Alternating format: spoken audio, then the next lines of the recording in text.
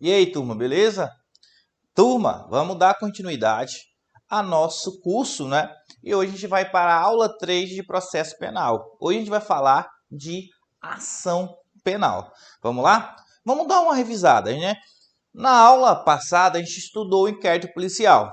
E quando a gente estudou o inquérito policial, a gente viu que ao concluir o inquérito policial, o delegado de polícia ele vai indiciar o investigado.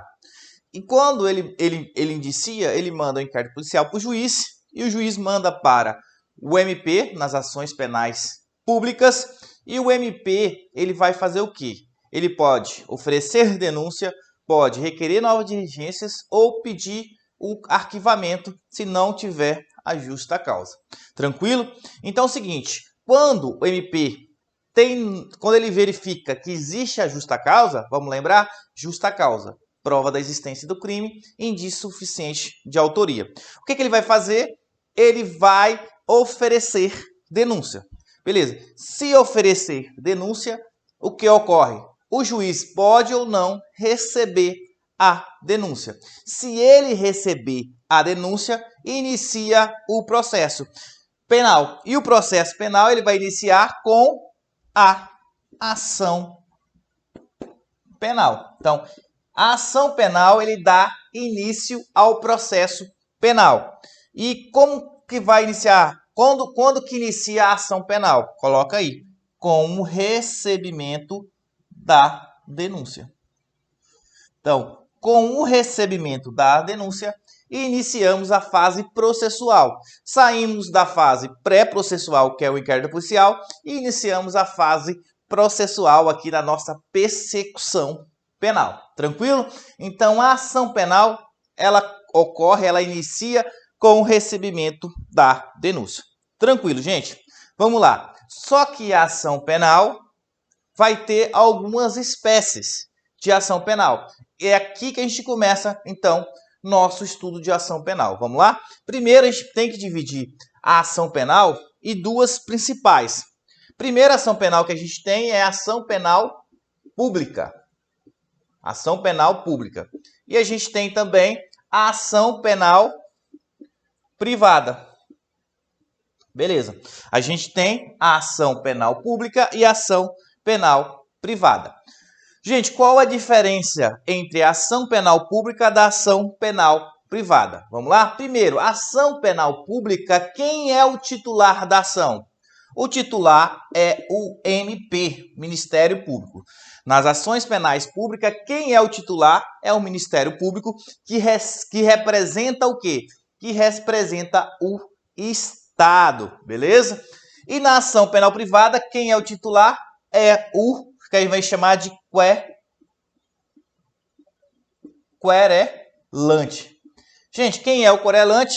É a vítima, também chamada de ofendido, ou seu representante legal, beleza? Primeira diferença, a ação penal pública, quem está processando é o Estado através do Ministério Público. Na ação penal privada, quem processa é a própria vítima ou seu representante legal, a gente chama esse cara de querelante. Qual outra diferença? A ação penal pública, a peça acusatória, a gente vai chamar de denúncia. Beleza? Denúncia é a peça acusatória das ações penais públicas. E na ação penal privada, a gente vai chamar a peça de queixa-crime.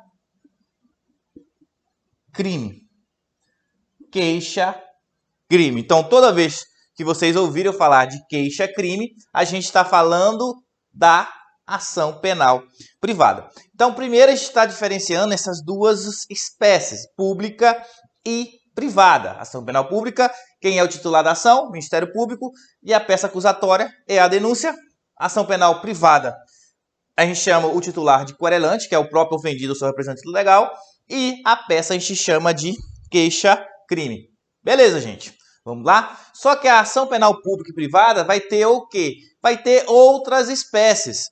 Então, vamos lá. A ação penal pública, ela pode ser incondicionada. Ela pode ser uma ação penal pública condicionada. condicionada. Gente, aí você fala, é uma ação penal pública condicionada ao quê? Ela pode ser condicionada à representação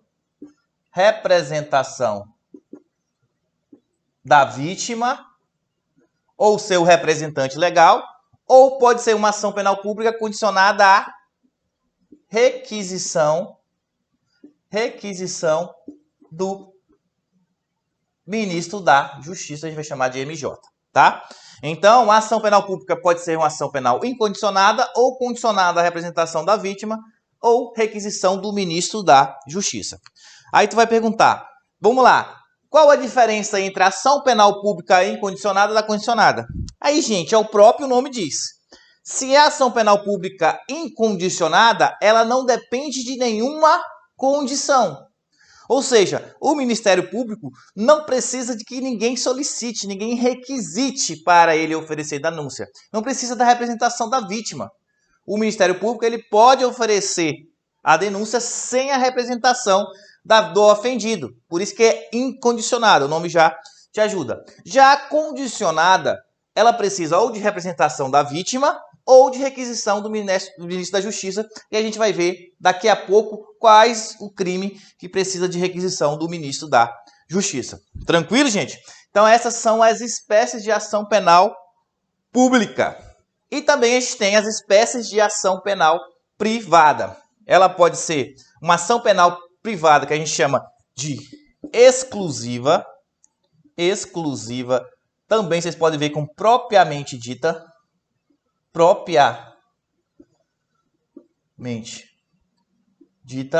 Ela pode ser uma ação penal que a gente chama de personalíssima, e a gente vai ver que existe somente um crime que é de ação penal privada personalíssima, e a gente tem aqui por último que é a ação penal privada subsidiária da pública. Tá? Que aqui, além de previsão no CPP, a gente tem também previsão aonde? Na Constituição Federal, beleza? Então, gente, ó, tá aí para vocês primeiro esse quadro esquemático aí da ação penal. Então, vamos lá? A ação penal, ela inicia com o recebimento da denúncia. Aí começa a fase processual.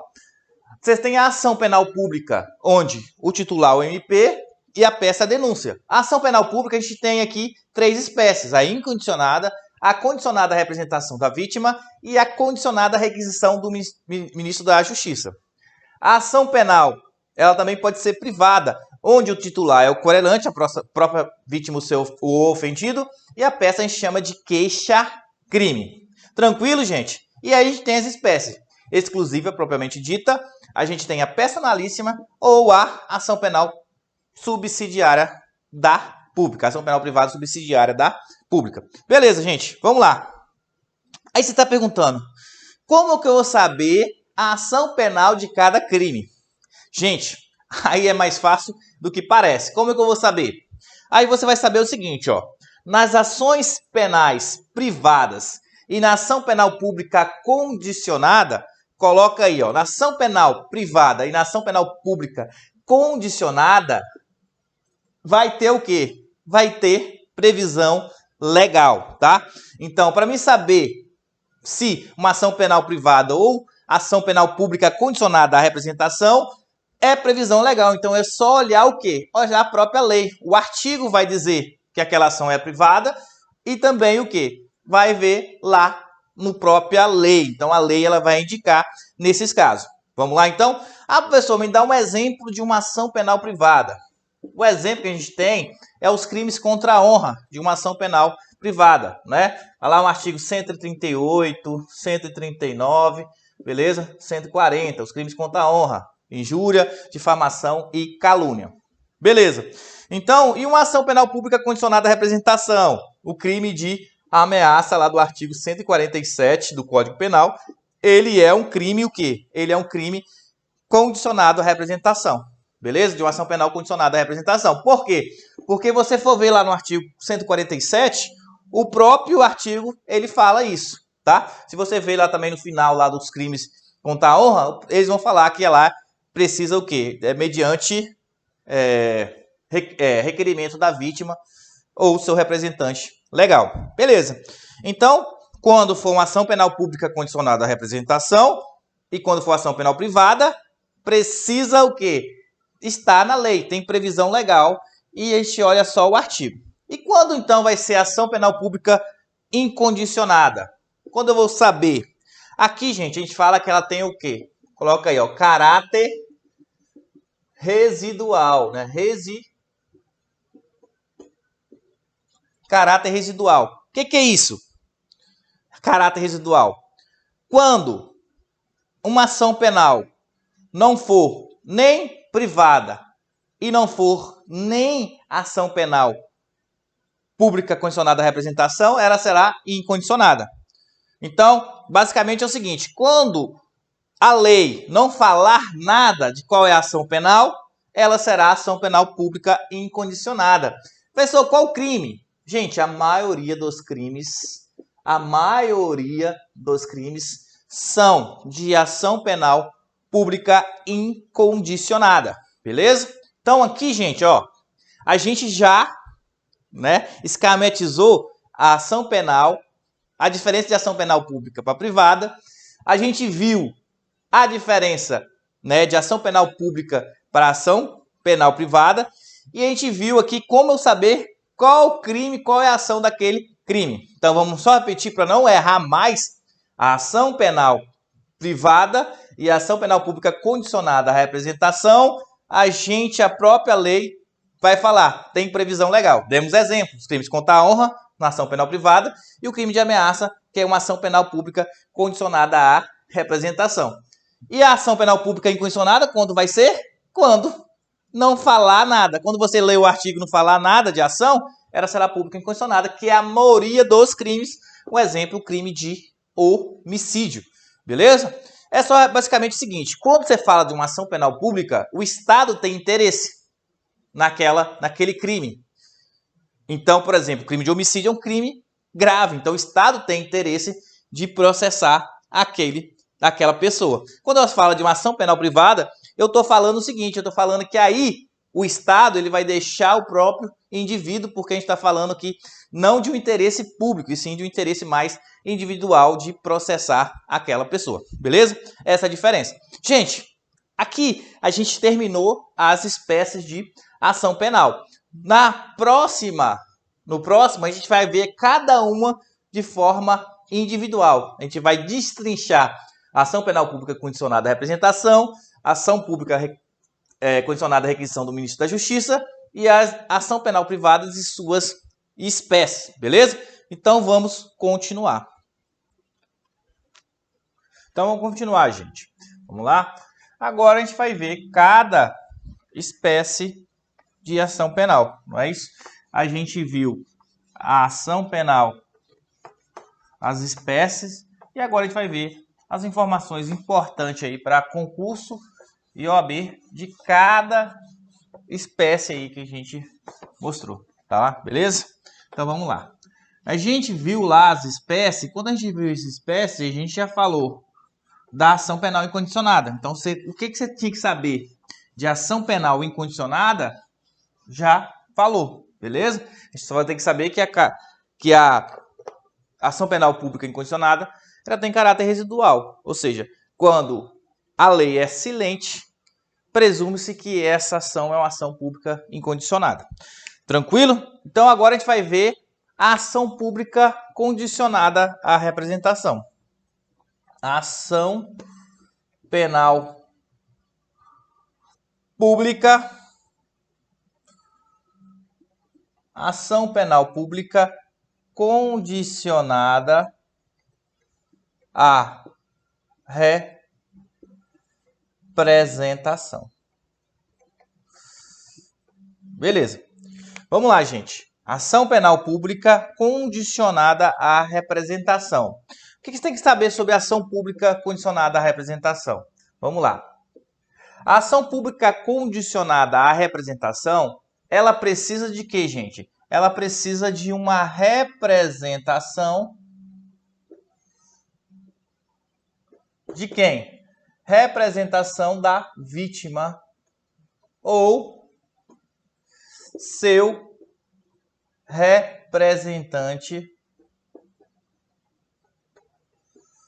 legal. Beleza?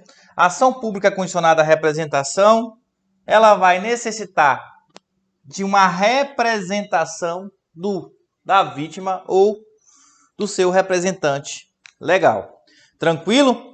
Então, gente, ó, sem essa representação, não pode dar andamento nem ao inquérito policial, nem à ação penal e por pena de o quê, gente? De nulidade, tá? Mas a partir do momento que há a representação da vítima, quem vai continuar como titular da ação é o Ministério Público, porque a gente viu que o Ministério Público, ele é o titular da ação penal pública, beleza? Então, somente a vítima representa e o Ministério Público vai dar continuidade aí na persecução penal, no processo. Ele que vai processar é o Ministério Público, que é o titular da ação. Beleza, gente? O que você tem que saber? Representação da vítima, né? Ou do seu representante legal. Vamos lá. Vamos adiantar aqui. Quem é o representante legal? Quem são os representantes legais que, na falta da vítima, pode o quê? Pode representar. Gente, aqui ó, a gente vai ver depois também, é o famoso CAD, tá? Aqui, os representantes é o CAD. CAD é o macete para a gente memorizar os representantes legais, que é o que, gente? Pode ser o cônjuge, não é isso? Quando você fala cônjuge, também aí tá o irmão, o ascendente. Ascendente, quem são os ascendentes? Pai, né? Avô. Os descendentes. Quem são os descendentes? Filho, neto e o irmão. Beleza? Esses são os representantes legais. Coloca aqui, ó. Esses são os representantes, famoso CAD. E, gente, essa representação, ela segue essa mesma ordem, tá? Primeiro, tiver cônjuge ou cônjuge. Quando você falar cônjuge, também tem um companheiro. Ascendente. Se não tiver ascendente, vai para o descendente. Se não tiver descendente, o irmão ele vai fazer a representação. Beleza? Na ausência da vítima, por exemplo. A vítima ou ela é incapaz ou ela é o quê? Ou ela está falecida. Quem vai representar vai ser essas pessoas. Tranquilo, né, gente? Então, uma ação pública condicionada, ela necessita de uma representação da vítima ou seu representante legal. A gente viu quem são esses representantes legais, a gente viu o macete para isso, né? Beleza. E essa representação, ela tem um prazo? E aí, o que vocês acham? Essa representação, ela tem um prazo? Então, coloca aí, tem prazo? Tem, né, gente? Qual é o prazo para a representação? O prazo para a representação é 6 meses. Beleza, gente. Aí vem o peguinha. 6 meses dá onde, né?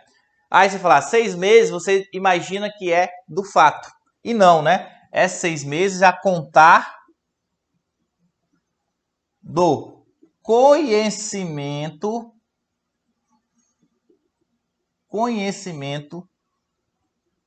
da autoria, do autor. Beleza. Então, tem o prazo? Tem, né? Qual é o prazo?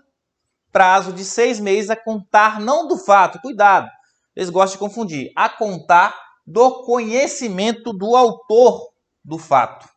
Beleza? Por que isso, gente? Isso acontece porque é o seguinte, se fosse do fato, poderia não conhecer quem é o autor, né? Não sabia quem é o autor e saber quem é o autor depois de um ano e a pessoa não poderia mais representar. Por isso que é conhecimento do autor, porque a partir que conhece quem é o autor do crime, aí nesse caso começa a contar o prazo para representação, tá? Gente, esse prazo de 6 meses, qual é a natureza jurídica, né? Coloca lá. Esse prazo é um prazo decadencial, né? Prazo decadencial. Gente, vamos lá. A gente vai ver mais sobre a decadência, tá? A decadência a gente sabe que é o quê? Que é uma causa de extinção de punibilidade. Então, a decadência ela é uma causa de extinção de punibilidade. Tranquilo? A gente vai ver mais decadência daqui a pouco. Beleza. Prazo, 6 meses a contar do conhecimento da autoria. Ele é um prazo decadencial. que você tem que saber mais? Primeiro, cabe retratação? Cabe retratação? Retratação? Professor, o que é essa retratação? É o seguinte, né? Retratação é o seguinte, eu não representei, eu posso retirar a minha representação? Eu representei e agora eu não quero mais representar. Eu posso ou não? Cabe representação? Cabe retratação? Aí você vai colocar aqui, sim, né? Sim, cabe retratação. Beleza. Mas até quando que eu posso me retratar? Quando que eu posso retratar Quando que eu posso me retratar da representação? Aí você coloca. Até quando, gente? Aí você vai. Até o. Aí vem o macete pra gente. É até o. Se é retratação, ó, gente, ó. Coloca aqui. Se é retratação, você pega o OR no final para você memorizar que é até o oferecimento, tá, gente? Ó, oferecimento, beleza? Da denúncia, tá? Então, a retratação, ou aqui o macete, é até o oferecimento da denúncia, beleza? Não confunda com o recebimento, que é isso que vão fazer na tua prova. A retratação é até o oferecimento da denúncia, tá, gente? Então, coloca aqui, até o oferecimento da denúncia. Beleza. Essa é a regra que está onde? Essa regra está lá no CPP, tá, gente? Então, essa regra que a gente está vendo aqui, você coloca, essa regra aqui, ó, está prevista no CPP. Mas, professor, existe outra situação que não é retratação que cabe a questão da retratação da representação até o oferecimento? Existe outra lei que fala diferente? Sim, né, gente? Qual é a lei? Aí você vai ver lá, ó, coloca aqui, você vai ver, vamos colocar isso aqui em vermelho para destacar, que é a exceção, lá no artigo 16 da lei 11.340 de 2006, tá? O artigo 16 da lei é a Lei Maria da Penha. A Lei Maria da Penha, a retratação vai ser aonde? Na Lei Maria da Penha, a retratação será até o recebimento, tá, gente? Recebimento da denúncia. Tá? Então, ó, regra que é a representação que está no CPP é até o oferecimento. Só que a Maria da Penha, que é uma lei especial, ela trata diferente do CPP. Ela traz a representação até o recebimento, que vai ser feito numa audiência específica, é até o recebimento da denúncia, beleza? Vamos olhar nesses artigos aí? Vamos lá, ó. Primeiro, ó, artigo 25 CPP. A representação será irretratável depois de oferecida a denúncia. Ou seja, até o oferecimento da denúncia, ela pode o quê? Pode, no caso, fazer a retratação. Após o oferecimento, é irretratável, ou seja, não pode mais fazer a retratação da representação. Tranquilo? Aí o artigo 16 da Lei 11.340 de 2006 fala o seguinte, ó. Nas ações penais públicas condicionadas à representação do ofendido, de que se trata essa lei, só será admitida renúncia à representação perante o juiz em audiência especialmente designada com tal finalidade antes do recebimento da denúncia e ouvida ao Ministério Público. Ou seja, gente, na Lei Maria da Penha, no artigo 16, a retratação é até o recebimento, tá, gente? A gente viu aí a exceção. Tranquilo? Então, vamos lá. Professor, o que eu tenho mais que saber aqui? Gente, a gente está vendo o seguinte. A gente está vendo que cabe a retratação. Não é isso? Cabe. Beleza. E agora a gente tem que saber, cabe a retratação da retratação? Como assim, professor? A retratação da retratação, que pode confundir. Beleza, eu não representei? Representei. Eu retratei, não retratei? Ou seja, tirei a representação. Eu posso representar novamente se eu me arrepender? Isso é a retratação da retratação. Aí tu vai colocar aqui. Então, cabe retratação da retratação, cabe retratação da retratação, aí tu vai colocar aqui sim. Professor, cabe retratação da retratação. Beleza? A gente viu o que é. Representei, desisti da representação e quero representar de novo. Eu posso fazer isso? Pode. Mas qual é o prazo da retratação da retratação? Gente, o prazo da retratação é esse prazo de representar. Eu tenho até os 6 meses lá, né? Eu tenho até os 6 meses da onde? Conhecimento do autor. Conhecimento da autoria. Beleza? Então, até o prazo de 6 meses do conhecimento do autor, eu posso me retratar da retratação e representar novamente. Tranquilo, gente?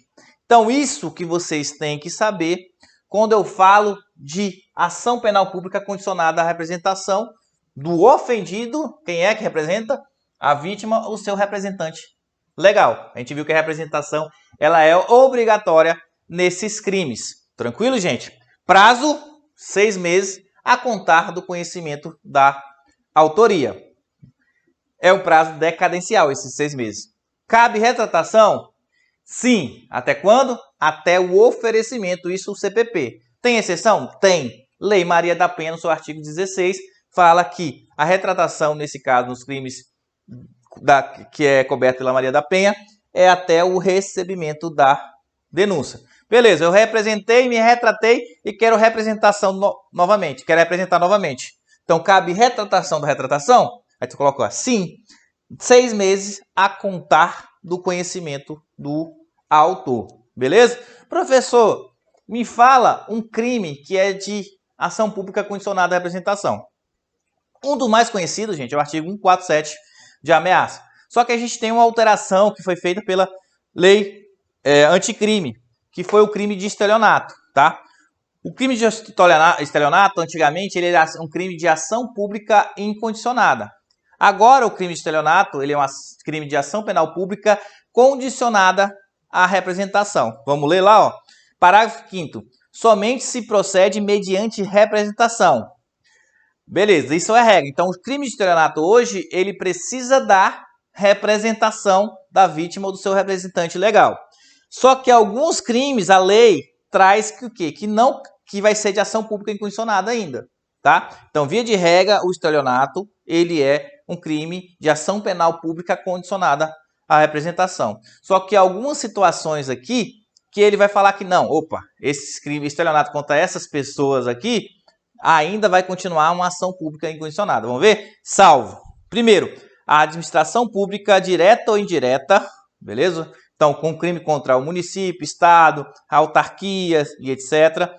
Praticado contra criança ou adolescente. Um estelionato praticado como pessoa com deficiência mental ou um crime praticado com maior de 70 anos de idade, então, ou incapaz. Então, se for estelionato contra o maior de 70 anos ou incapaz, se for estelionato contra criança ou adolescente, contra pessoa física ou deficiente mental, ou contra a administração pública direta ou indireta, essa ação pública será ainda ação pública incondicionada, tá? Nas outras situações, agora o estelionato é um crime de ação pública condicionada à representação.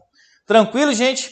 Então, nesse primeiro momento, vocês tinham que saber somente o quê? Somente isso, tá? Sobre ação pública condicionada à representação, vocês têm que saber isso para uma prova. Agora, a gente vai ver a ação pública, ação penal privada, beleza? Então, a gente encerra aqui a ação penal pública e agora a gente vai ver as espécies de ação penal privada. Vamos apagar aqui? Então, isso aqui, beleza? Vamos apagar. Deixar aqui só a ação penal para a gente complementar. A gente vai ver agora as espécies de ação penal privada na nossa aula, tá? Gente, isso aqui eu estou passando para vocês é praticamente o que vocês têm que saber para uma prova de concurso público e prova da AB sobre ação penal, tá? Lembrando que a ação penal é os assuntos que mais caem, tanto para concurso tanto também para prova da OAB. Vocês têm que estar aí ligados, beleza? Vocês têm que estar ligados. Apagar aqui, vocês verem. Deixar isso aqui, ó, que a gente vai ver novamente isso aqui. O CAD.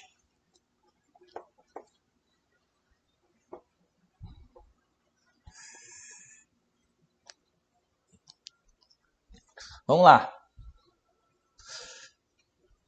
Então agora, gente, agora a gente vai ver a ação penal privada. Beleza? A gente viu que a ação penal privada, ela tem 3 espécies. A gente tem a ação penal privada, que a gente chama de propriamente dita ou exclusiva. A gente tem a ação penal privada personalíssima e a gente tem a ação penal privada subsidiária da pública, tá?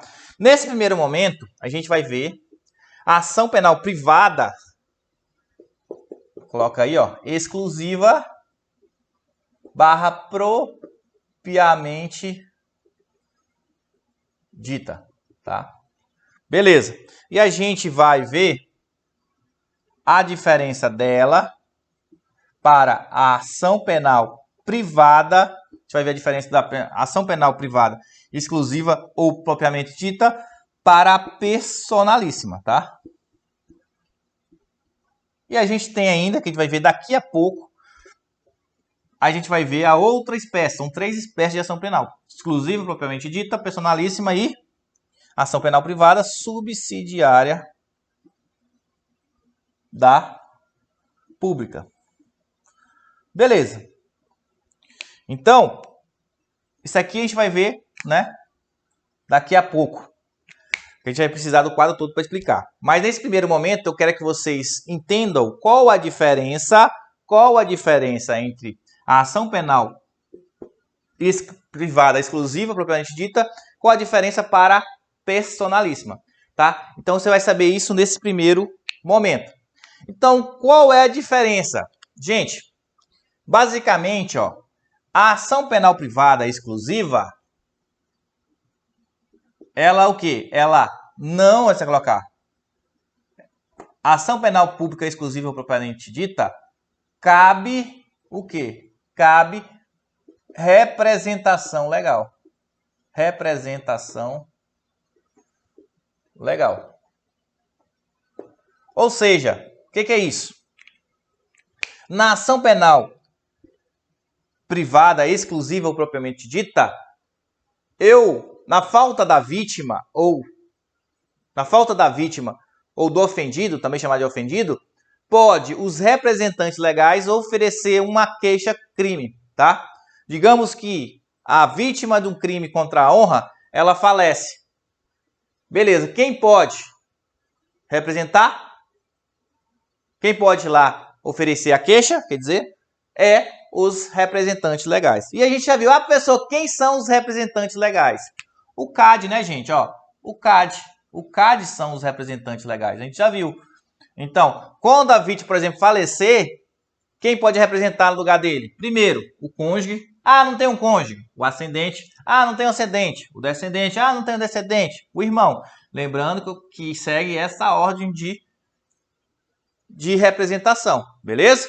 Então, na ação penal privada exclusiva, propriamente dita, vai caber o quê? Vai caber, nesse caso, a representação legal na ausência da vítima, tá? Pessoa, e qual a diferença, então, para personalíssima? Gente, olha, para não errar mais. Gente, o nome vai dizer para vocês, já vai ajudar. Se é uma ação penal privada personalíssima, é porque o quê? Não cabe, né? Não cabe os representantes legais. Ou seja, não cabe o CAD, gente. Não cabe o CAD. Então, se na ausência da vítima, se a vítima falecer, vai acontecer o quê? A extinção da punibilidade, tá? Olha o nome, personalíssima. Não erre mais isso, pelo amor de Deus. A diferença da ação penal pública exclusiva ou propriamente dita para personalística é que aqui não cabe os representantes legais, tá? Então, ó, vamos lá? Ação penal privada, a gente já viu a característica dela. Vamos só repetir, ó. Ação penal. Qual a diferença para a pública? Que na privada, quem é o titular? O querelante, que é a vítima ou seu representante legal, e aqui ele oferece uma queixa-crime. Essa é a diferença. Aqui, quem vai processar é quem? Aqui, quem processa é a própria vítima, que é a exceção, né? Regra, quem processa é o Estado, através do Ministério Público. Na ação penal privada, quem processa é o querelante, e ele faz isso através de uma peça chamada queixa-crime. As espécies exclusiva, personalista e subsidiária da pública, a diferença da exclusiva propriamente dita, que é praticamente quase todos os crimes, é que aqui você cabe os representantes legais na falta da vítima ou do ofendido. Quem são os representantes legais? O famoso CAD. Na personalíssima, não cabe os representantes legais. Beleza. Professor, qual é o crime? Gente, aqui é fácil saber o crime porque só existe um crime, tá? Vamos colocar em vermelho. Só cabe um crime que é de ação penal pública personalíssima, que é o artigo o quê? 236 do Código Penal, tá? E aqui, ó, vamos ver aqui algumas estudos para vocês, alguns crimes que são aqui, nesse caso. Primeiro, aqui fala no CAD. Vamos lá, artigo 31. No caso da morte do ofendido ou quando declarado ausente por decisão judicial, o direito de oferecer queixa ou prosseguir na ação passará ao cônjuge, ascendente, descendente e irmão, tá? Então, só para ficar mais bonitinho aqui, ó, quem fala isso aqui que eu tô falando para vocês é o artigo 30 do CPP, tá? O artigo 31, né, quer dizer, o artigo 31 do CPP. Isso aí a gente acabar só para ver o artigo aí, bonitinho, como é que ele fala. Beleza. Pessoal, um crime de ação penal privada exclusiva ou propriamente dita. Vamos lá, gente? Aí, ó, artigo 145. Quais são esses crimes? Vamos colocar aqui, ó. Vamos colocar aqui quais são esses crimes. Gente, é os crimes contra a honra. Então, coloca aqui embaixo, ó. Quais os crimes? Os crimes contra a honra. Vamos lá, o artigo 138 é o crime de difamação. Artigo 139, artigo 138 é calúnia, 139 difamação e 140 que é o quê? Que é injúria do Código Penal. Então, esses três crimes, que são os crimes contra a honra, eles são de ação penal privada. Tá, bonitinho. Onde fala isso? Vamos lá no artigo, né? Crimes contra a honra. Nos crimes previstos nesse capítulo, que é esse daqui, somente se procede mediante o quê? Queixa, ou seja, é de ação penal privada. Salvo quando, no caso do artigo 140, parágrafo 2º, de violência resulta lesão corporal, tá? Aí é outra coisa, gente, que é a exceção. Mas, via de regra, os crimes contra a honra, o artigo 138, calúnia, 39, difamação e injúria, eles são de ação penal privada, ou seja, somente se protege mediante queixa. Aí está apresentando para vocês como aparece no artigo quando é um crime de ação penal privada. Tranquilo, gente? Tranquilo. Beleza. Só que a gente tem também a exceção, né? No caso, que o único crime de ação penal pública personalíssima é o artigo 236. Por quê? Vamos dar uma olhada? Vamos lá. Artigo 236 do Código Penal. É o induzimento a erro essencial. Ele fala o seguinte, ó, contrair casamento, induzindo em erro essencial o outro contraente, ou ocultando-lhe impedimento que não seja casamento anterior. Parágrafo único. A ação penal depende de queixa do contraente enganado. Por isso, gente, que ele é de ação penal personalíssima, né? Por quê? Porque não pode, só procede de queixa do quê? Da vítima, tá, gente? Somente a vítima, não pode representante legal por essa parte. A ação penal depende de queixa do contraente enganado. Somente o contraente enganado que pode, no caso, ou seja, a vítima, que pode, nesse caso, oferecer a queixa-crime. Por isso que esse crime aqui é de ação penal pública personalíssima. O nome, não erra mais, né?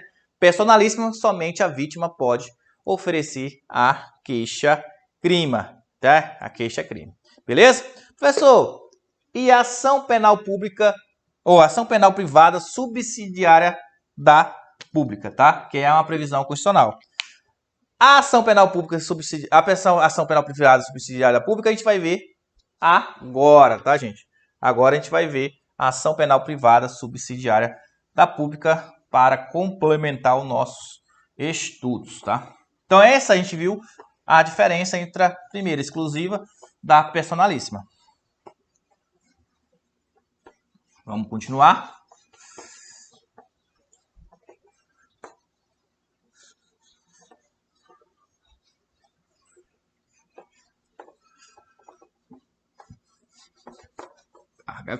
Paga quadro. Isso aí, galera. Tá quente aqui, vocês estudar isso aqui, aprender. Para ação penal, quando você fala em ação penal pública, privada, vocês não erram mais em prova. Então, o que a gente vai ver agora? A gente vai ver a ação penal privada. A gente vai ver aqui, ó, o quê? Que é a ação penal privada subsidiária da pública, tá? Coloca aí. Ação penal privada subsidiária da pública, tá? Que o nome mesmo vai dizer. Quando eu falo em ação penal privada subsidiária da pública,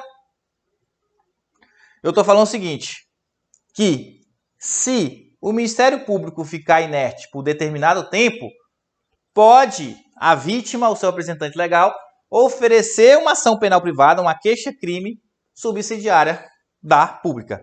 É isso que quer dizer. Gente, a ação penal privada subsidiária da pública tem previsão constitucional, no artigo 5º lá da Constituição Federal, beleza? Então ele é um direito fundamental. Vamos lá. Gente, como que isso vai acontecer? A ação penal privada vai acontecer quando o MP ficar inerte, tá? Então coloca assim, quando que o MP fica inerte? Então você coloca a primeira informação. Então vai acontecer quando o MP ficar inerte. Então coloca aqui MP inerte. Beleza. Quando que o MP vai ficar inerte? A gente já viu. Quando o MP ele recebe inquérito policial, ele pode o que, gente? Ele pode, nesse caso, oferecer denúncia, lembrar? Oferecer denúncia. Lembra? Quando que oferece denúncia? Quando tiver justa causa. Quando também o MP pode fazer o quê? Quando ele recebe inquérito policial? Ele pode requerer novas diligências. A gente fala que novas diligências imprescindíveis à investigação. Está lá no artigo 16 do Código de Processo Penal. Beleza? E ele pode o quê? Ele pode, nesse caso, requerer o arquivamento, né? Que a gente viu até que mudou. Agora ele não manda mais esse arquivamento para o juiz, né? Ele manda agora para o órgão de supervisão ministerial. Beleza? Quando é que ele requer o arquivamento? Quando ele vê que no inquérito policial não existe justa causa. Beleza? Então, quando ele recebe o inquérito policial, o MP recebe o IP, ele tem essas três condutas que ele pode praticar. Oferecer denúncia, requerer novas diligências imprescindíveis para oferecimento da denúncia e requerer o arquivamento. Beleza. Então, eu vou falar o seguinte, eu vou falar que o MP ele fica inerte quando ele não fizer nenhuma dessas ações, tá? Por quê? Se ele não oferecer denúncia, mas requerer nova diligência, ele não fica inerte. Se ele não oferecer denúncia e requerer o arquivamento, ele não fica inerte. Então, ele vai ficar inerte quando ele não fizer nenhuma dessas solicitações, ou oferecer denúncia, ou requerer nova diligência, ou requerer o arquivamento. Beleza. Aí a gente fala o seguinte, que o MP, ele tem um prazo, não é, gente? Um prazo para oferecer a denúncia. Qual é esse prazo que o MP tem? Aqui é parecido com aquele que a gente viu no inquérito policial, que é o prazo do réu preso ou solto, tá? Vai depender muito do prazo, se tivesse preso ou solto aí, no caso, o investigado. Beleza. Gente, aqui é fácil. Para mim saber qual é o prazo para o MP oferecer, é só eu lembrar do prazo do inquérito policial e o quê? E dividir ele à metade. Então, vamos lá, vamos lembrar. A gente viu que o prazo do inquérito policial do réu preso é 10 dias, né? Então, o prazo aqui para oferecer denúncia é um prazo de 5 dias, tá, gente? 5 dias. Beleza, o prazo para o inquérito policial do réu preso é isso mesmo, né? Isso que você falou, 30 dias. Então, o prazo aqui é 15 dias, tá? Então, esse é o prazo por MP fazer uma dessas situações aqui. Ou oferecer denúncia, ou requerer novas diligências, ou requerer o arquivamento. Então, se nesse prazo o MP não fizer, o que vai acontecer?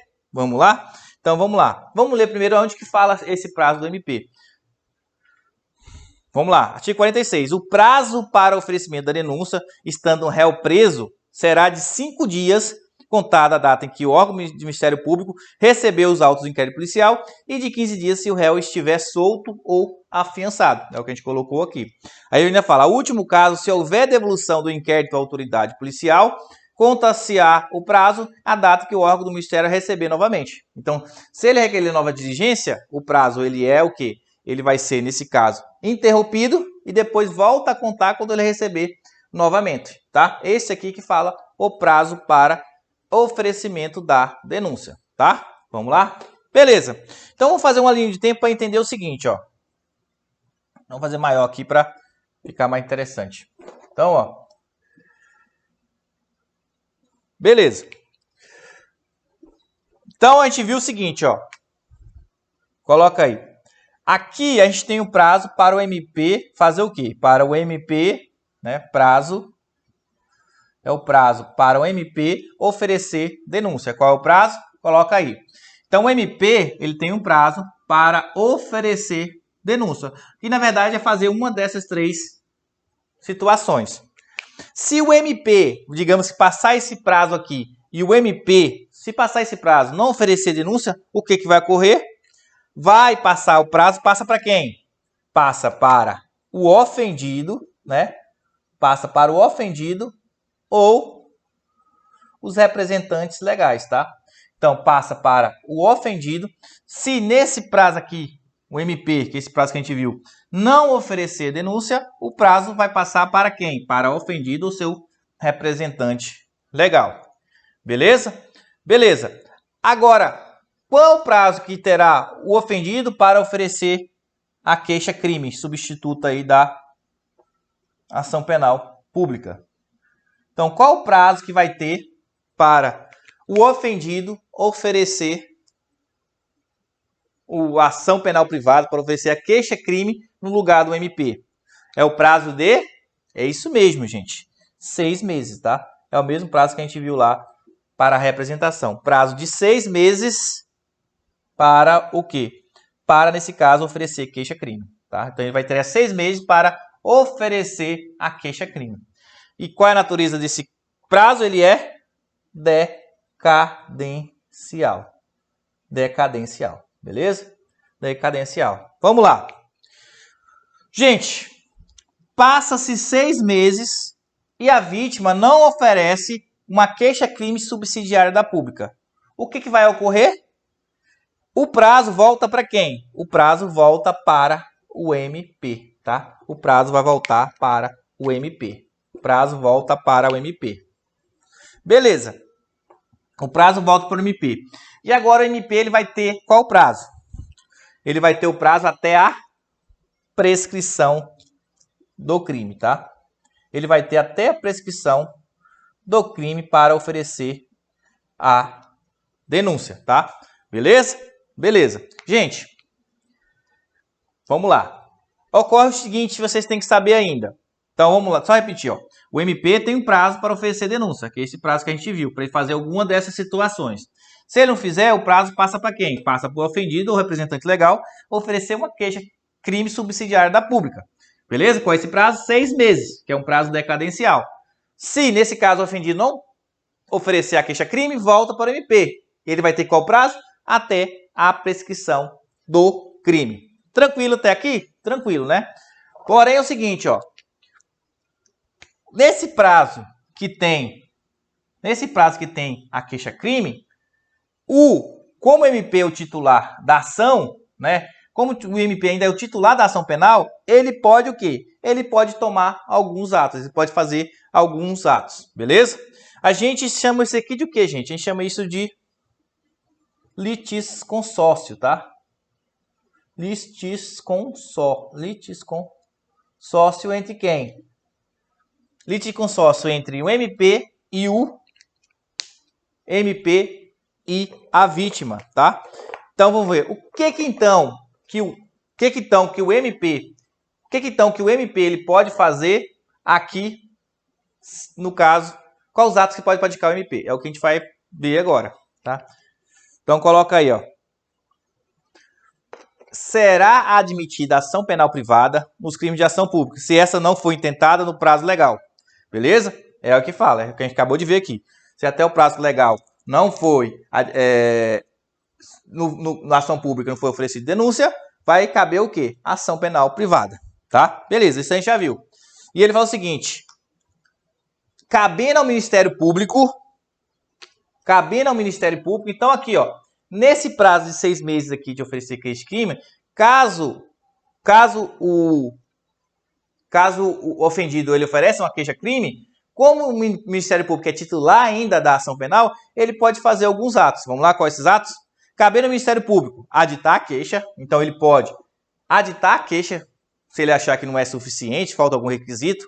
Ele pode repudiá-la e oferecer denúncia substitutiva. Ele pode oferecer uma denúncia substitutiva àquela queixa que ele não gostar. Ele pode intervir em todos os termos do processo. Ele pode fornecer elementos de prova. Ele pode interpor recurso e, a todo tempo, no caso de negligência do querelante, retomar a ação como parte principal, tá? Então, ó, como aqui ainda o MP ele é o titular da ação pública, ele pode fazer todos esses atos, beleza? Ele pode oferecer todos esses atos, tá, gente? Isso, gente, é ação penal pública ou ação penal privada subsidiária da pública, beleza? Vamos agora, então, repetir para entender? Vamos lá. A gente viu o seguinte: o MP, se nesse prazo legal ele não fazer nenhuma dessas situações, ele fica inerte, não é isso? Se ele fica inerte nesse prazo, vai passar a ação penal pública, vai passar para o ofendido. E o ofendido ele pode oferecer uma queixa-crime substitutiva, né, subsidiária da pública. Qual é esse prazo que tem o ofendido para fazer isso? 6 meses, que é um prazo decadencial. Beleza.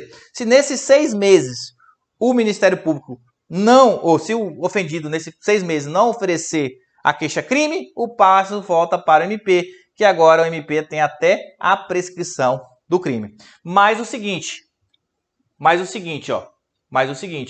se nesse caso aqui o ofendido ele oferecer a queixa-crime, o Ministério Público, como é o titular da ação penal, ele pode ainda fazer o quê? As seguintes situações: cabe ao Ministério Público aditar a queixa, repudiá-la e oferecer denúncia substitutiva, intervir em todos os termos do processo, fornecer elementos de prova, interpor recurso e, ao todo tempo, em caso de negligência do querelante, retomar a ação como parte principal, tá, gente? Gente, isso vocês têm que saber sobre a ação penal pública subsidiária. Agora a gente vai ver o seguinte: a gente vai ver os princípios aplicados em ação penal pública e os princípios aplicados em ação penal privada, na ação penal privada. Beleza? Vamos continuar então aqui a nossa aula. Vamos apagar o quadro.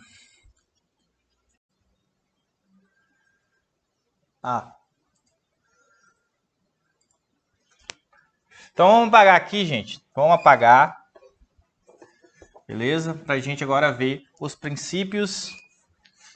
Vamos apagar aqui para a gente ver os princípios aplicados a cada...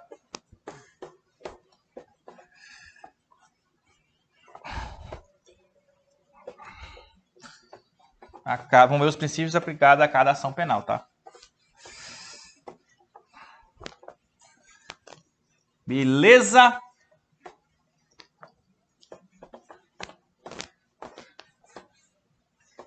Continuando a ação penal. Calma aí que a gente vai, ainda tem, pra gente ver renúncia, perdão, decadência e percepção. Bastante coisa, né? Vamos lá, então. Vamos lá, gente. Então, ação penal. A gente tem os princípios aplicados, né? Princípios da ação penal pública.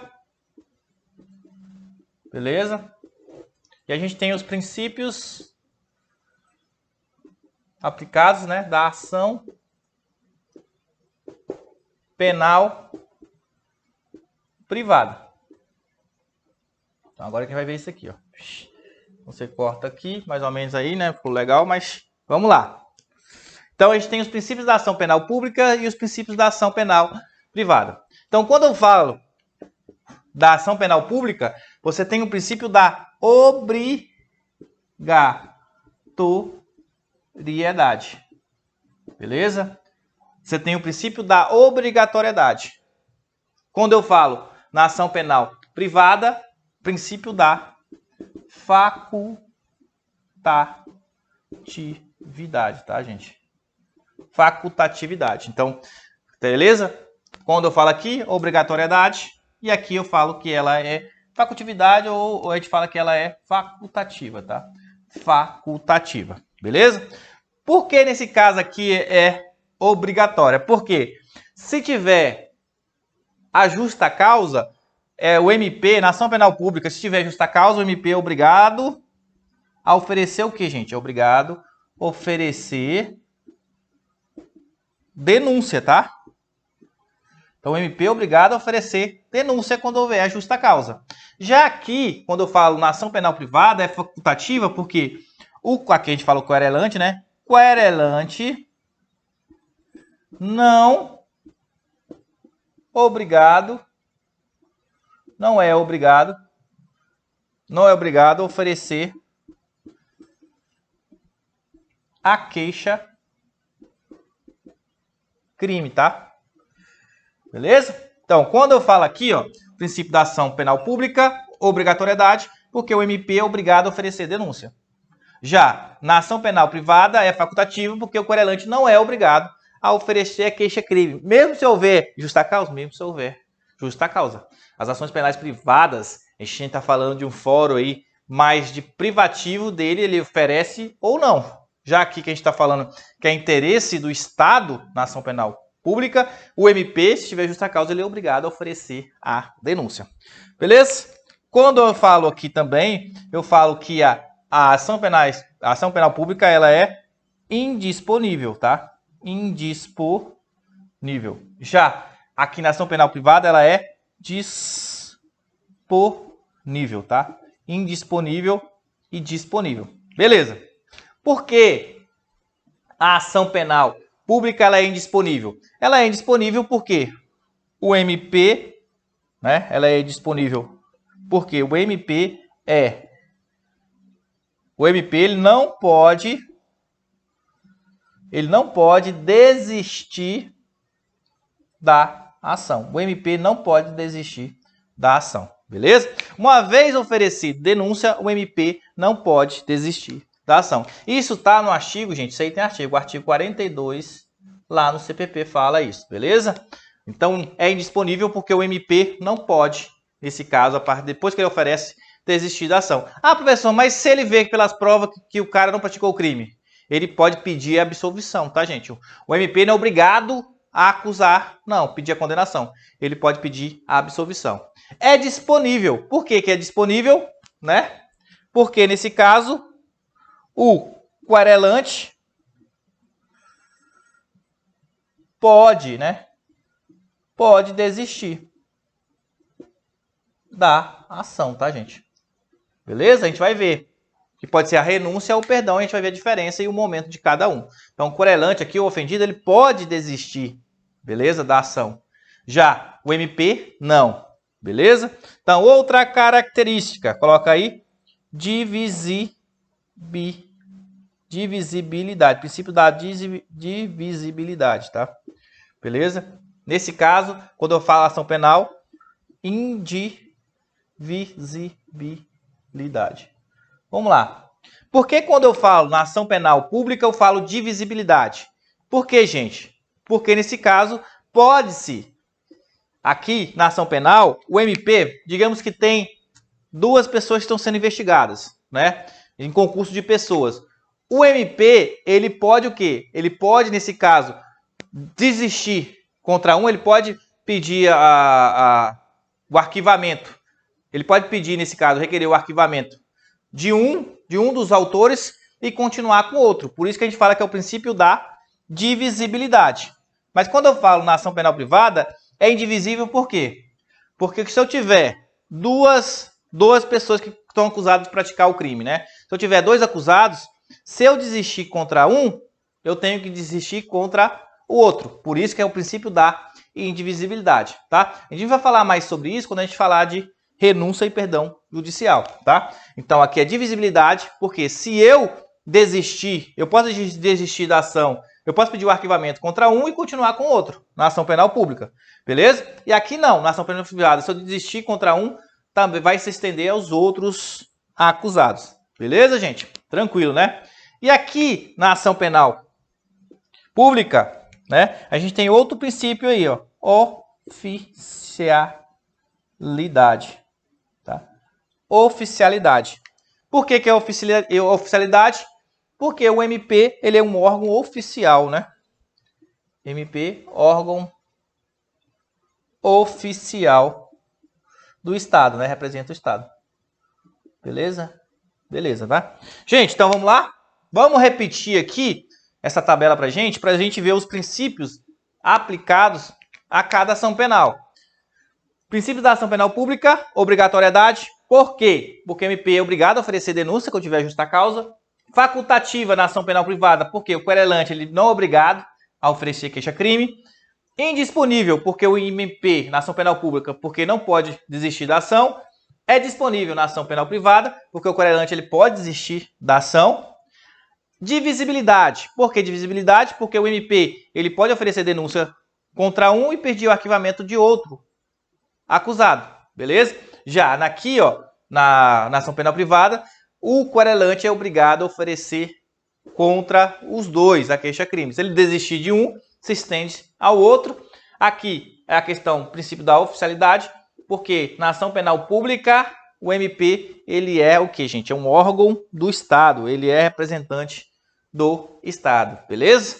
Tranquilo, gente? Então é isso. Agora a gente vai ver um assunto, gente, que cai muito nas provas de concurso e também na prova de OAB. A gente vai ver agora a questão da renúncia, a diferença da renúncia da perempção, não é isso? Ou a renúncia do perdão judicial. A gente vai ver as causas de decadência, rever, porque a gente já viu umas, e depois a gente vai ver as causas de perempção, tá? Que cobra muito em prova. Tranquilo? Então vamos lá dar uma olhada? Pagar o quadro aqui pra gente continuar então, tá? Então vamos continuar nossa aula que ainda a gente vai ver agora. Primeiro então, gente, a gente vai ver a diferença entre a renúncia e o perdão judicial. Confunde muito, tá? Confunde muito, confundia, né? Que não vai confundir mais agora a partir dessas aulas aqui. Vou trazer para você não errar mais.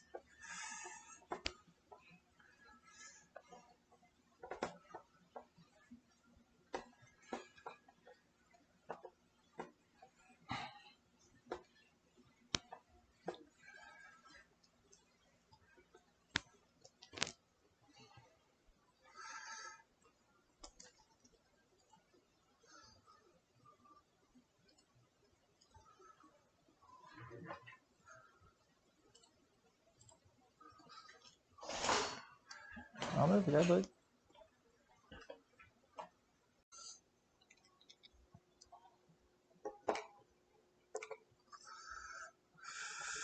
Então, galera, vamos dar continuidade. Agora a gente vai ver, então, a diferença. Então, galera, agora a gente vai dar continuidade.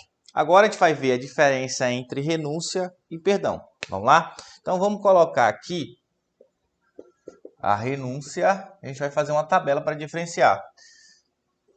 Diferença da renúncia para o perdão.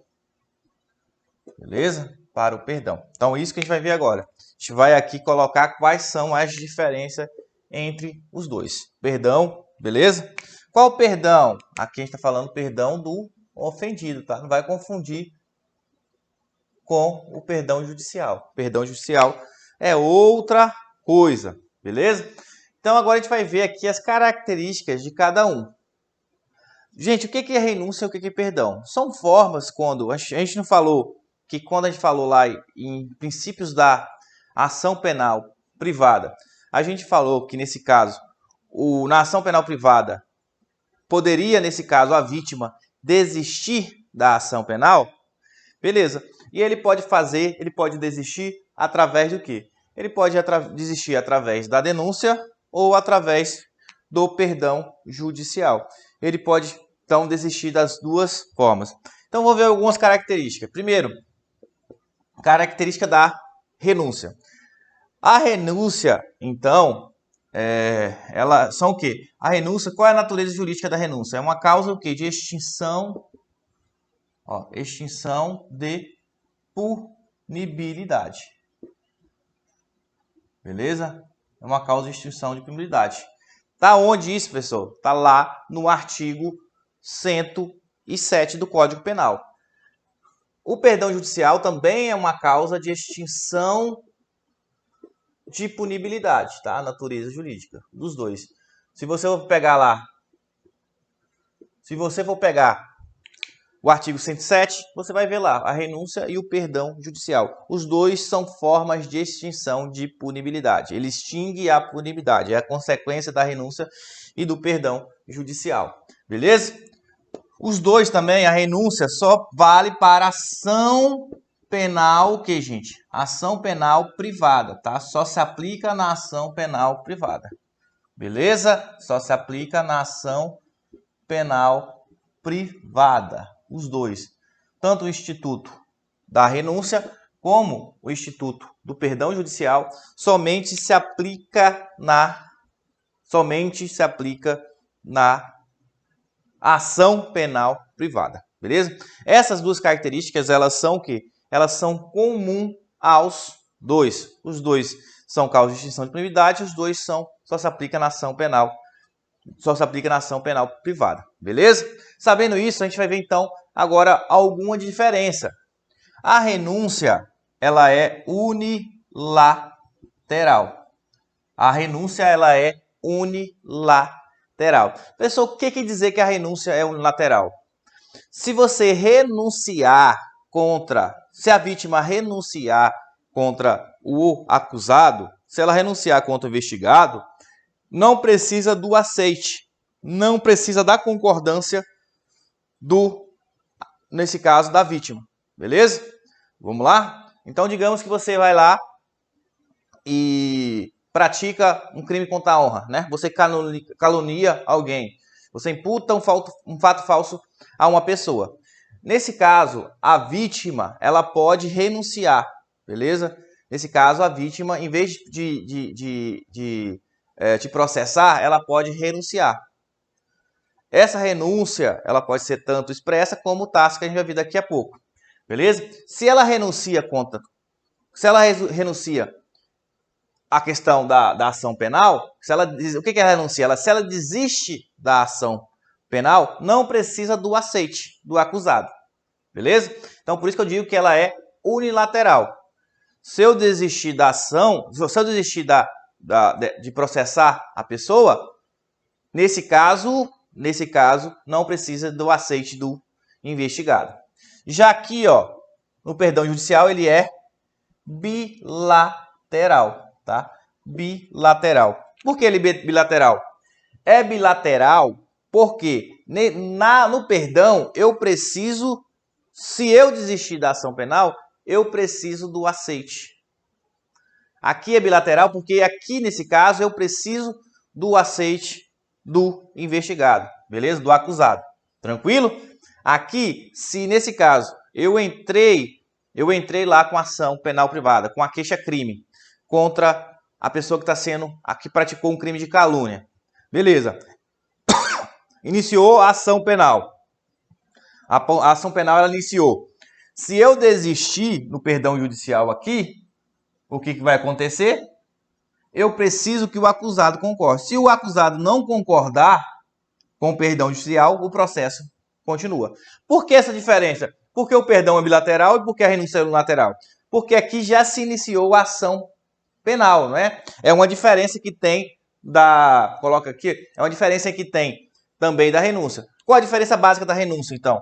A renúncia vai ser quando? Vai ser antes...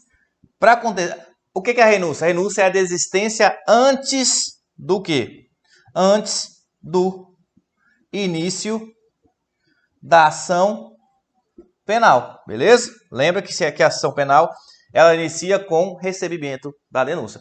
Então, a renúncia, a pessoa desiste antes do início da ação penal, beleza?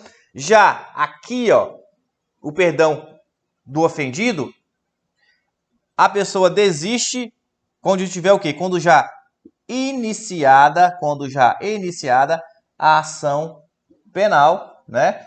E ela pode desistir até o trânsito, né? Trânsito em julgado, beleza? Ela pode desistir até o trânsito em julgado, beleza? Então, por isso que eu falo o seguinte, essa diferença básica, aqui, ó, a renúncia é quando a pessoa desiste antes do início da ação penal, beleza? O perdão é a desistência quando já iniciada a ação penal. Aqui é unilateral porque eu não preciso do aceite do acusado. A vítima, quando desiste, não precisa da concordância da pessoa que está sendo acusada e investigada. Já aqui, ó, no perdão do ofendido, eu preciso do aceite, porque já iniciou a ação penal. E o acusado vai falar assim, não, mas eu não sou culpado, não. Ele vai ter que provar. Se ele não provar, eu vou pedir alguma indenização e eu vou pedir porque ele responde por algum crime. Por isso que aqui o perdão, ele é bilateral, tá? Por isso que o perdão, ele é bilateral. Tranquilo, gente? Vamos lá, então. Só que os dois são o que, gente? São características dos dois. Os dois são extensíveis, tá? Extensível. Aqui também ele é extensível. O que é isso, extensível? Quando eu desisto, quando eu renuncio com um dos acusados, eu sou obrigado a desistir contra todos, beleza? Por isso que a gente viu que é o quê? E nesse caso, lá ele é, quando eu falo na ação penal privada, a gente viu que ela é, nesse caso, indisponível, né? Porque eu não posso, quer dizer, ela é indivisível. Por quê? Porque se eu desisto contra um dos acusados, eu tenho que desistir contra todos. Por isso que eu falo que ela é extensível. Como assim, professor? Vamos lá, vamos dar um exemplo aqui. Eu fui caluniado pelo Robson, né? Robson me caluniou. Não foi só o Robson sozinho, foi o Robson e a Maria me caluniaram. Beleza, né? É um crime contra a honra. Os dois me caluniaram. Eu fui e iniciei, nesse caso, uma ação penal contra o Robson e Maria. Beleza. Só que agora o Robson me pediu desculpa e eu quero desistir da ação penal, quero renunciar ou pedir o perdão judicial para Robson. Beleza? Só se eu pedir para se eu pedir a questão da renúncia ou perdão para Robson, a outro acusado se estende, entendeu? Então, se eu desistir contra um, eu sou obrigado a desistir contra o outro, beleza? Por quê? Porque nesse caso é extensível, tá? Só que aqui, ó, só para nível de mais aprendizado. Eu tô falando que o perdão judicial ele é extensível, só que a gente viu também que ele é bilateral. Por quê? Porque ele precisa da concordância do investigado. Então, digamos que eu renuncie contra... São 3 acusados, né? Eu renuncio contra um. A todos se estende, não é isso? Se eu renunciei contra um, eu perdi perdão contra um, a outro se estende. O que vai acontecer? Beleza, se um aceitar e os outros não, ele é bilateral, precisa do aceite. O processo continua, não é isso? O processo continua. A gente chama esse aqui de extensivo, tá, gente? Extensivo, isso é questão. Daqui a pouco a gente vai ver os artigos de cada um para a maior elucidação do nosso assunto. Beleza? Gente, aqui, ó, tanto a renúncia, ela pode ser expressa, né, ou tácita. A gente vai ver o que é isso. O que é o tácito, né? Aqui também pode ser, o perdão, ele pode ser expresso ou tácito. Vamos lá. Gente, eu posso renunciar de forma expressa, vou lá na delegacia e vou o quê? Entrego uma carta renunciando, desistindo da ação, de forma expressa. Ou tácita. O que é tácito? Tácito é quando eu pratico um ato incompatível com o meu direito à ação de processar aquela pessoa. Eu pratico um ato incompatível com o meu direito de o quê? De processar aquela pessoa. Como assim, professor? Dá um exemplo. Vamos lá. Joana, ela vai e me calunia, né? Não, ela me difama, vamos mudar o crime. Joana me difama, beleza. Aí eu processo ela.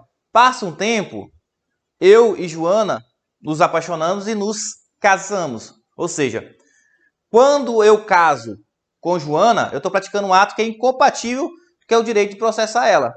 Beleza? Como é que eu vou processar alguém que eu estou casando? Então isso se chama o quê? De renúncia tácita ou perdão tácito. Lembrando que aqui os dois são formas de o quê, gente? Ó, a gente viu. São formas de desistência, né? Perdão, eles são forma o quê? De desistência. A pessoa desiste, né? Desistência, tá? Os dois são forma de desistência. Só que a diferença entre eles é que, só para lembrar, a diferença é que quando eu falar da desistência antes do início da ação penal, chama renúncia. Se a desistência depois da ação penal, é o que a gente chama de perdão judicial. Beleza?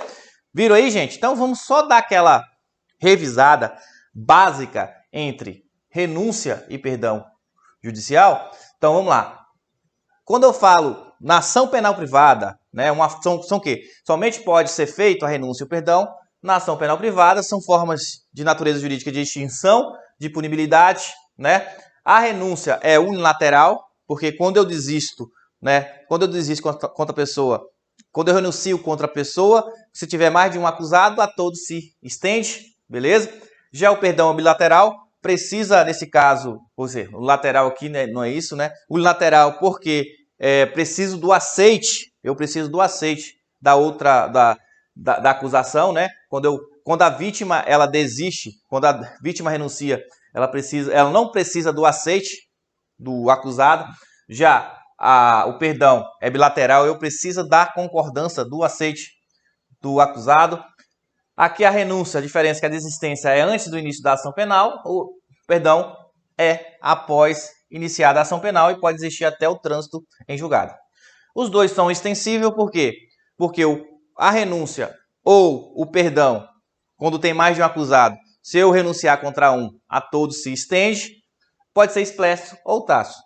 Expresso de forma escrita. Vou lá e entrego um papelzinho, o quê? Desistindo da ação, ou tácita, quando pratico um ato incompatível com o meu direito ao quê? Direito de processar aquela pessoa, direito à queixa. Tranquilo, gente? É isso, essa diferença com isso. Vamos agora só ver alguns artigos, né, que é importante, sobre cada um. Renúncia, né? Alguns artigos sobre renúncia. Artigo 48 fala: a queixa contra qualquer dos autores de crime obrigar a processo a todos. E o Ministério Público velará pela sua indivisibilidade. Como a gente viu, é o que, gente? Nesse caso, é extensível. Se eu desistir contra um, não pode, eu praticamente desisto contra os outros. Por quê? Porque nesse caso, a ação penal privada, a gente viu que ela é indivisível. Artigo 49, a renúncia ao exercício do direito à queixa em relação a um dos autores do crime, a todos se estenderá. É extensível. Artigo 50, a renúncia expressa constará na declaração assinada pelo ofendido por seu representante legal ou por procurador com poderes especiais, tá? Beleza? Então, aqui a gente viu sobre os artigos sobre a renúncia. A gente vai ver alguns artigos agora na questão do perdão. Artigo 51. O perdão concedido a um dos querelados aproveitará a todos, sem que produza toda a vida efeito em relação ao que recusar. Beleza? O que é que fala esse artigo aqui? Ele fala o seguinte: nesse caso, quando eu falar do perdão judicial, eu estou falando que ele é extensivo. Se eu perdoar um acusado e tiver mais, estende-se a todos. Vou perdoar todo mundo. Porém, se como ele é bilateral, se um recusar, né, o processo continua contra ele. É isso que fala o artigo 51 do Código de Processo Penal. Agora, gente, a gente terminou de falar sobre a questão aqui a gente acabou de terminar de falar sobre a questão da diferença entre renúncia e perdão. Acabou a aula? Não, né, gente? Agora a gente vai ver aqui a decadência e depois as causas de perepção. Tranquilo, galera? Beleza? Então vamos lá então, né? Só pegar um apagador aqui. Vamos lá, vamos apagar.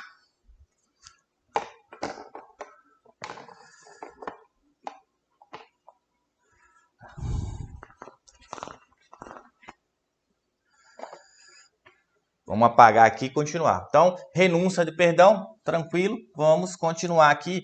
E agora a gente vai ver o que, gente? A gente vai ver...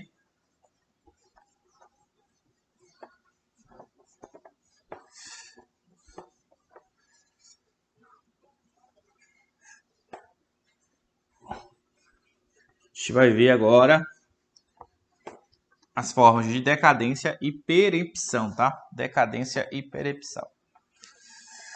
Praticamente, a gente já viu as causas de decadência. A gente só vai repetir, tá? Já viu? A gente só vai repetir aí a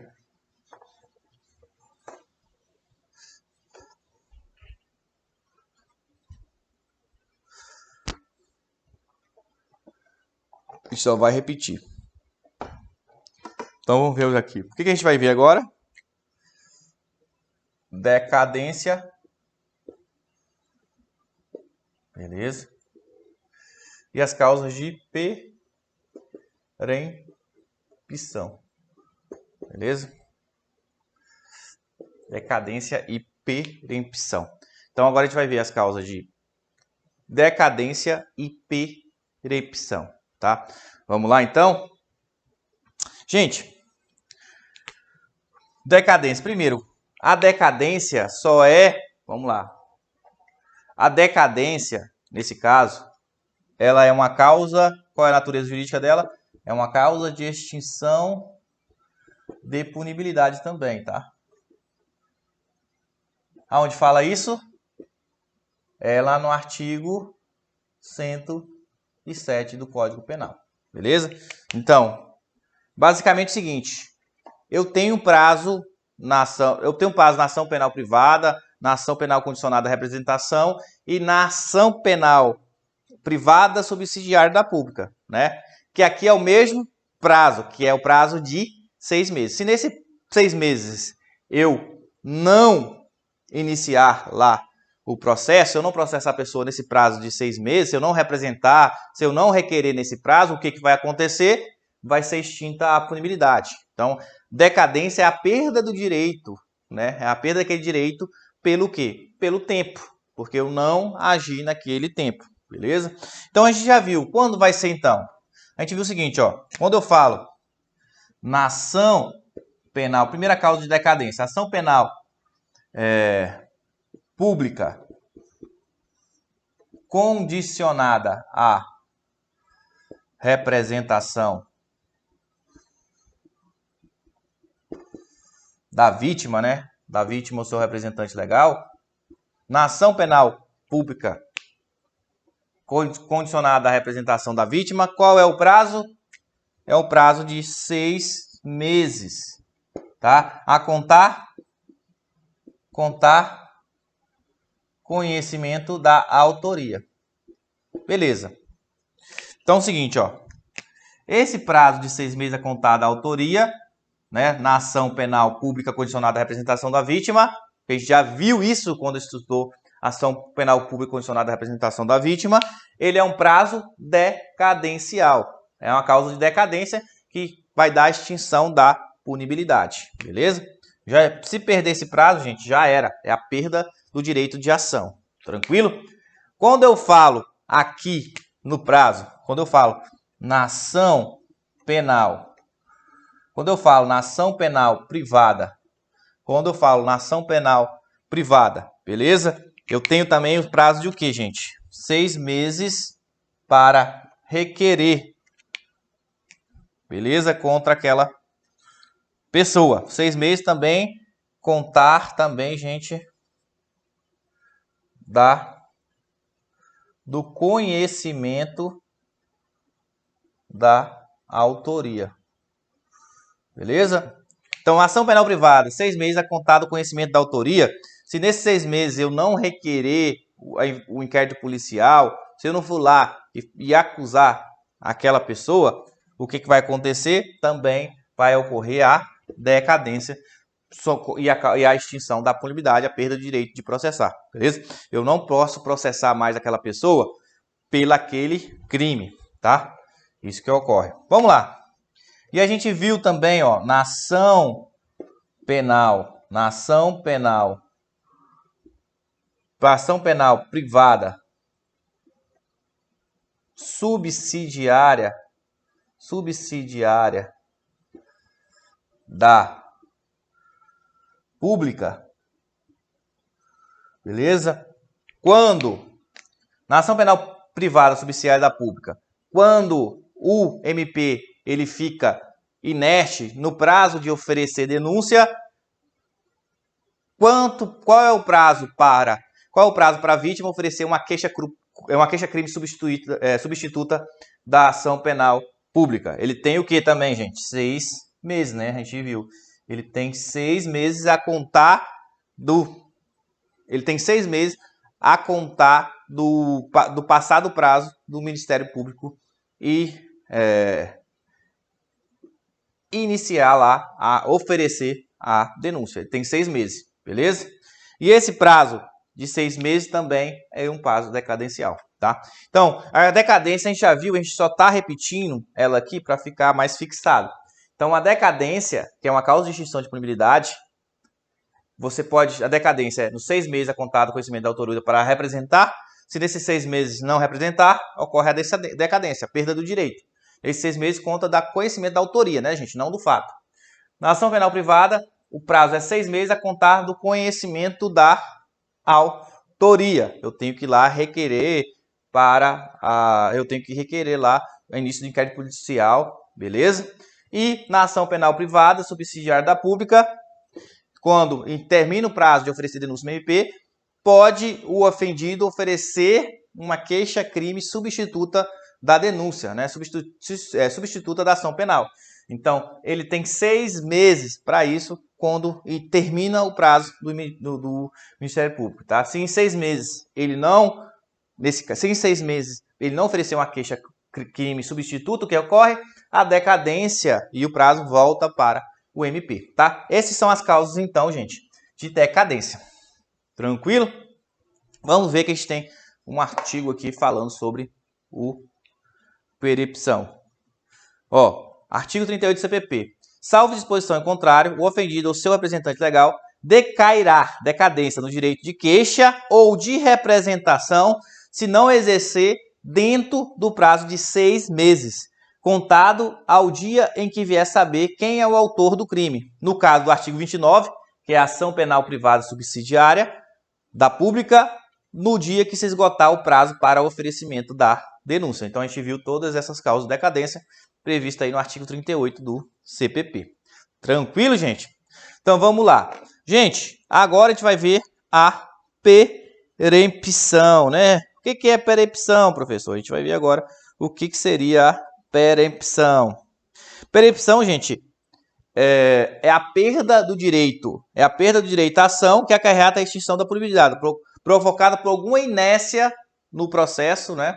Vou voltar aqui. Então, o que é a perempção? Perempção é a perda do direito à ação provocada por alguma inércia da vítima ou do seu representante legal, beleza? Então, é o seguinte, quem processa, a gente viu, na ação penal privada, quem processa é o ofendido ou seu representante legal. E a gente vai ver aqui, no caso de perempção, que o querelante, né, que é o ofendido, ele tem um prazo para poder dar continuidade a alguns atos no processo. Então, se algum desses casos, né, que a gente vai ver agora, nesse caso, ele não dá seguimento ao ato que a gente vai ver agora, naquele prazo que determina a lei, o que vai acontecer?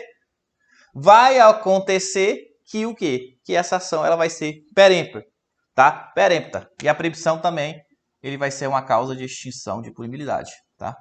É uma causa de extinção de punibilidade. Então, a primeira coisa que tem que saber, a natureza jurídica, né? Punibilidade. É uma causa de extinção de punibilidade. Tranquilo? Professor, qual as situações... Aqui as causas é uma causa que está na lei. Qual as situações que, nesse caso, pode a ação penal ela ser privada, ser perempta e eu perder meu direito de ação, tá? Vamos lá. Aqui está tudo descrito no artigo 60 do Código de Processo Penal. Vamos lá e fala assim, ó, nos casos em que somente se procede mediante queixa, então aí, ó, qual é essa informação pra gente? Então a gente tem que saber que aqui a perempção só vai se aplicar na ação penal, né? Aqui, ó, só vai se aplicar na ação penal privada, tá? Então coloca aí, ó, somente ocorre a perempção na ação penal privada, porque a ação penal privada é a única que se procede mediante queixa, tá? Então, somente se aplica na ação penal privada. Beleza? Considere-se perempte a ação. Primeira situação, eu vou fazer um resumo aqui para vocês, tá tudo lá, ó, fala. Quando iniciada esta, o querelante deixa de promover o andamento do processo durante 30 dias seguidos, tá? Então, ó, aqui querelante após iniciada deixa dar andamento 30 dias, né? 30 dias, tá? Então, quando iniciada a ação penal, se iniciou a ação penal, o querelante, o ofendido, ele não dá andamento em 30 dias, vai ser perempta essa ação. Essa é a primeira situação de perempção. Segunda, quando falecido o querelante ou sobrevindo sua incapacidade, não comparecer em juízo para prosseguir no processo dentro do prazo de 60 dias, qualquer das pessoas a quem couber fazê-lo, ressalvado o disposto do artigo 36, tá? Então, mais ou menos o seguinte, né? O querelante lá, o ofendido, no andamento do processo, ele falece, né? Falece ou se torna o quê? Sua incapacidade. Beleza? Quem é? Os representantes legais. Quem é? O CAD, né? O CAD, a gente vai colocar aqui, o CAD tem prazo qual, gente? O CAD tem o prazo de 60 dias, né? 60 dias apaixonados para dar o quê? Para dar continuidade a processo, tá? 60 dias para dar continuidade. Então, é a segunda causa de perempção, beleza? Então, a perempção só aplica somente na ação penal privada. É uma causa de extinção de punibilidade. O querelante, qual é a situação? O querelante, após iniciada, deixa andamento por 30 dias. Segunda situação, falece o querelante. Ele falece ou tem sua incapacidade, beleza? O CAD, que é os representantes legais, tem um prazo de 60 dias para dar continuidade aí à ação. Se ele não dá, também é perempta, tá? Vamos continuar aqui. Inciso 3. Quando o querelante deixar de comparecer sem motivo justificado a qualquer ato do processo a quem deve estar presente, ou deixar de formular pedido de condenação, tá? Então, por exemplo, qual é? Vamos resumir aqui. Então, se, por exemplo, se ele é intimado por um ato, né? Então, ele faltar ato sem motivo justificado, né? Justificado. Então, ele é intimado, por exemplo, à audiência, e ele falta a audiência e sem justificar esse motivo, o que ocorre? Perempta. Mas o que? Ele deixa de pedir a condenação do réu. Como assim? Ele vai lá apresentar alegações orais, que pode ser feito através de memoriais, por exemplo, e lá no final ele não pede, né, que seja condenado. Então, é obrigado ele pedir a condenação lá nos pedidos, tá? Então, lá no pedido das alegações penais, nos pedidos das alegações finais, ele o quê? Ele deixa de pedir a condenação do réu. Também é o quê? Uma causa de preempção. E por último, né, fala se for pessoa jurídica, e por último fala o seguinte, ó, inciso 4. Quando, sendo querelante pessoa jurídica, esta se extingue sem deixar sucessor, tá? Então, ó, coloca aqui, resumindo, se for uma pessoa jurídica, né? Se for uma pessoa jurídica, nesse caso, se for uma pessoa jurídica,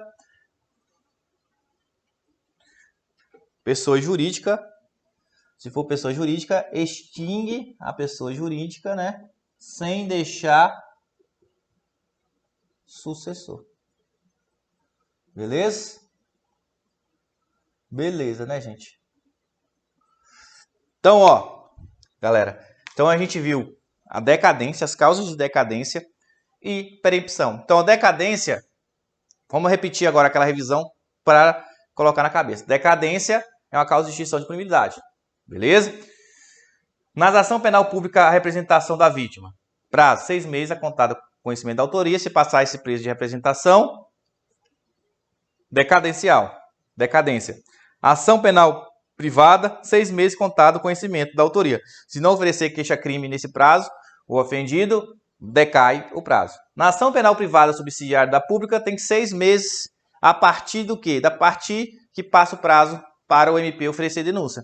Se ele não oferecer a queixa-crime aqui, decai também esse prazo. Beleza? Perempção. Perempção é a perda de ação, porque o ofendido, o querelante, deixa de fazer algum ato do processo. Vamos ver quais são esses atos que ele pode deixar? O querelante, após iniciada a ação, deixa de dar andamento por prazo o quê, gente? 30 dias, tá? Grave-se esse prazo. Falece ou incapacidade, né, dos seus representantes legais, que era o CAD, né, no prazo de 60 dias, deixa de dar continuidade. Os representantes não dão continuidade no prazo de 60 dias, vai ser o que essa ação? Perempta. Faltar ato sem motivo justificado. É ele intimado à audiência, falta, também vai ser perempta. Deixa de pedir a condenação do réu nos pedidos lá na alegação final. Também vai ser perempta. Se for pessoa jurídica, né? Se for pessoa jurídica, extingue sem deixar sucessor. Essa ação também será perempta, tá? Gente, foi um aulão, né? Aulão da porra. E espero que vocês tenham gostado dessa aula. Beleza? Eu fiz elas em partes, pode ver que são partes diferentes aí. Mas assim, para fazer da melhor qualidade possível, beleza? Aí tem tudo na lei, trouxe os artigos para vocês bonitinho. Esse é o artigo 60, se vocês aqui não estiverem entendendo muito minha letra, bonitinho com essas causas, para dar uma lida, né? Porque letra de lei, por isso que eu trago alguns leis para a gente ler, porque também cai letra de lei em prova, beleza? É isso então, até a próxima aula.